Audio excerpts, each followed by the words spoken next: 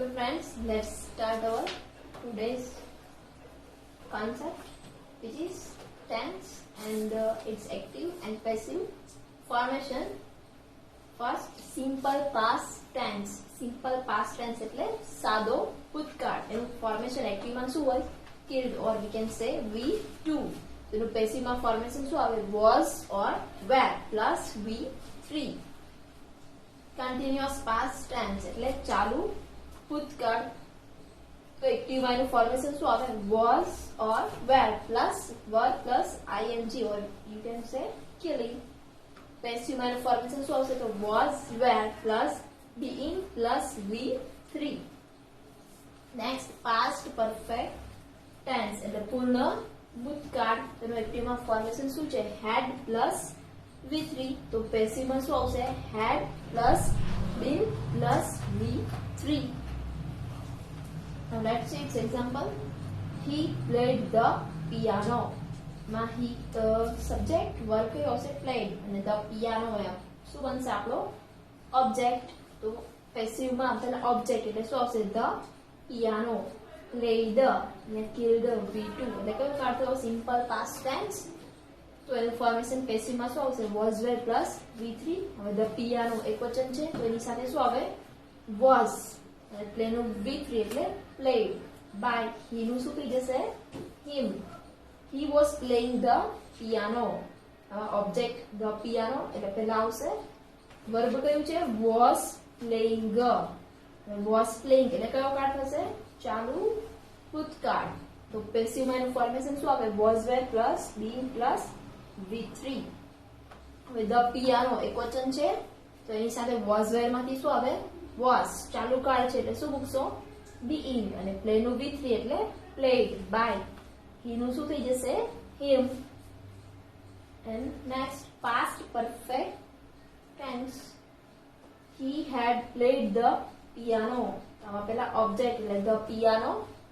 had plus V3 આપ્યું છે. had plus અહીંયા V3. તો passive માં formation શું આવશે? had plus been plus V3. ખાલી એક જ ઓપ્શન છે had એટલે સિંગ્યુલર પ્લુરલ ચેક કરવાનું છે નહીં. તો ડાયરેક્ટ શું લખશો? had been played by અને he નું him. Now next tense, which is simple future tense એટલે સાદો ભવિષ્ય કાળ. એનું active માં formation શું આવે? shall or will plus kill, or you can say V1. તો passive માં શું આવશે? shall be or will be plus V3. Next, perfect future tense એટલે પૂર્ણ ભવિષ્ય કાળ. તો એનું active માં formation શું આવે? shall have or will have plus V3. તો passive માં shall have been or will have been plus V3. Next, its example. he will play the piano. active છે તો passive માં શું આવશે? પેલા object એટલે the piano. એની સાથે shall or will એમાંથી શું લખશો? will. ભવિષ્યકાળમાં કમ્પલસરી શું આવે? be. અને જે play verb છે એનું V3 એટલે played by. he નું him. he will have played the piano. આમાં object the piano પહેલા આવશે. હવે will have played. will have played એટલે active માં કયો કાર્ડ છે અહીંયા? પૂર્ણ ભવિષ્યકાળ. તો passive માં શું આવશે? shall have been or will have been plus V3. તો piano એની સાથે શું આવશે? will have been અને play નું V3 એટલે played by. he નું શું થઈ જશે? him. હવે continuous, remember continuous future tense એનું passive શક્ય નથી. એટલે ચાલુ ભવિષ્યકાળ છે એનું passive થતું નથી. So now let's start our exercise A, change into passive. એટલે બધા વાક્ય છે ને આપણે passive માં ફેરવવાના છે. First, I was teaching English.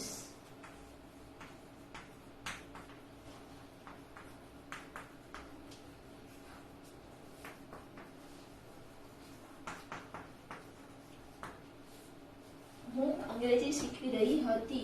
કોણ? તો કે હું. તો I છે એ શું બનશે આપણો? સબ્જેક્ટ. ક્રિયા કઈ થાય છે શીખવાની? તો was teaching એ શું બનશે? verb. શું શીખવી રહી હતી? તો કે ઇંગ્લિશ. તો ઇંગ્લિશ એ શું બનશે આપણો? ઓબ્જેક્ટ. હવે પેસિવ માં કન્વર્ટ કરીએ તો પેસિવ માં પહેલા શું આવે? ઓબ્જેક્ટ. એટલે પહેલા શું આવશે? ઇંગ્લિશ. હવે અહીંયા કયો કાર્ડ છે? Was teaching. આઈએનજી આવે એટલે ચાલુ કાર્ડ, અને અહીંયા વોઝ. વોઝ કેમ આવે? ભૂતકાળમાં. તો અહીંયા કયો છે? ચાલુ ભૂતકાળ. તો ચાલુ ભૂતકાળ એનું પેસિવ માં ફોર્મેશન શું આવે? Was wear plus being plus V3. તો અહીંયા ઇંગ્લિશ એકવચન છે તો એની સાથે શું આવશે? વોઝ ચાલુ કાર્ડ છે એટલે શું આવે? બીઇંગ. ને ટીચ એનું V3 તો શું આવશે? ટોટ. વર્બ પછી શું આવે? બાય. આઈ છે સબ્જેક્ટ એનું શું થઈ જશે? મી. Second, he will pluck a flower.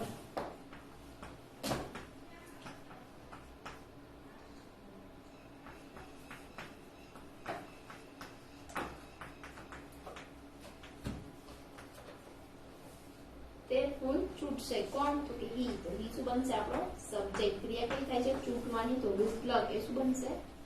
Verb. શું ચૂંટશે? a flower. તો a flower એ શું બનશે? આપણો ઓબ્જેક્ટ. પેસિવ માં પહેલા શું આવશે? ઓબ્જેક્ટ. એટલે શું લખશું? a flower. હવે will pluck એટલે કયો કાળ થયો?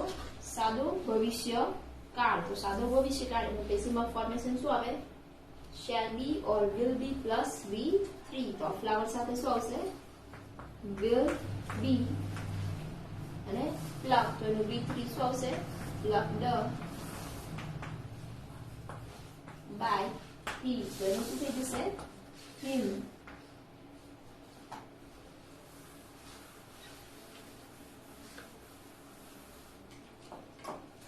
Now next, third, Kiran has given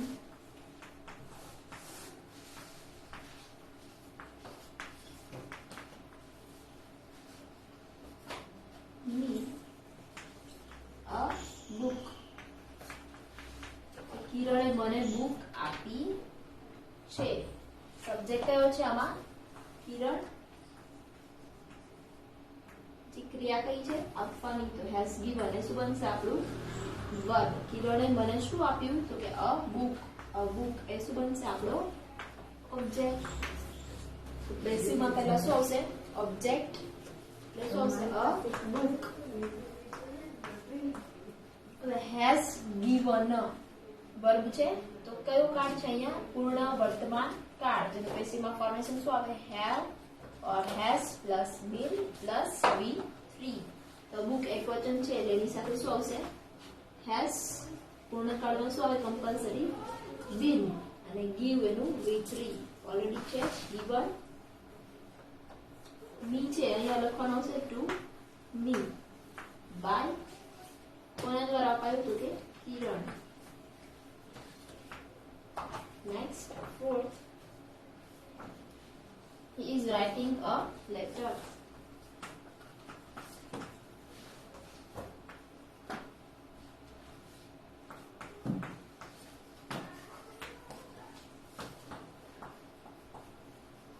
subject કયો છે? he. ક્રિયા કઈ થાય છે? લખવાની. તો is writing એ શું બનશે? આપણું વર્બ. અને a letter તો એ શું બનશે? આપણો ઓબ્જેક્ટ. તો આ પેસિવ માં કન્વર્ટ કરીએ તો પહેલા શું આવશે? ઓબ્જેક્ટ. તો ઓબ્જેક્ટ કયો છે? A letter. હવે વર્બ કયું છે? Is writing. એટલે કયો કાળ થયો અહીંયા? ચાલુ વર્તમાન કાળ. તો પેસિવ માં ઇન્ફોર્મેશન શું આવે? Am is are plus be plus V3. હવે અ લેટર એકવચન છે તો એની સાથે શું આવશે? ઇઝ. ચાલુ કાળ હોય તો શું મૂકવાનું? બીઇંગ. રાઇટ એનું V3 તો શું આવશે? રિટર્ન. by he છે તો એનું શું થઈ જશે? him. now does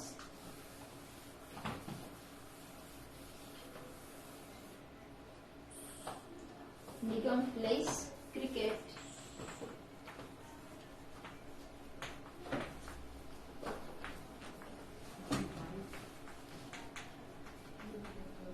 માં સબ્જેક્ટ કયો છે? નિગમ. ક્રિયા કઈ થાય છે? રમવાની. તો પ્લેસ એ શું બનશે? આપણું વર્બ. નિગમ શું રમે છે? તો કે ક્રિકેટ. ક્રિકેટ એ શું બનશે? આપણો ઓબ્જેક્ટ. હવે પેસિવમાં કન્વર્ટ કરીએ તો પેલા શું આવશે? ઓબ્જેક્ટ એટલે શું આવશે? ક્રિકેટ. પ્લેઝ વર્બ આપે છે અહીંયા કયો કાર્ડ છે? સાદો વર્તમાન કાર્ડ. પેસિવ ઇન્ફોર્મેશન શું આવે? Am is are plus V T. Cricket એકવચન છે તેની સાથે શું આવશે? ઇઝ. હવે પ્લેસ પેલું V3 શું આવશે? played by Nigar. So I hope you understand this exercise.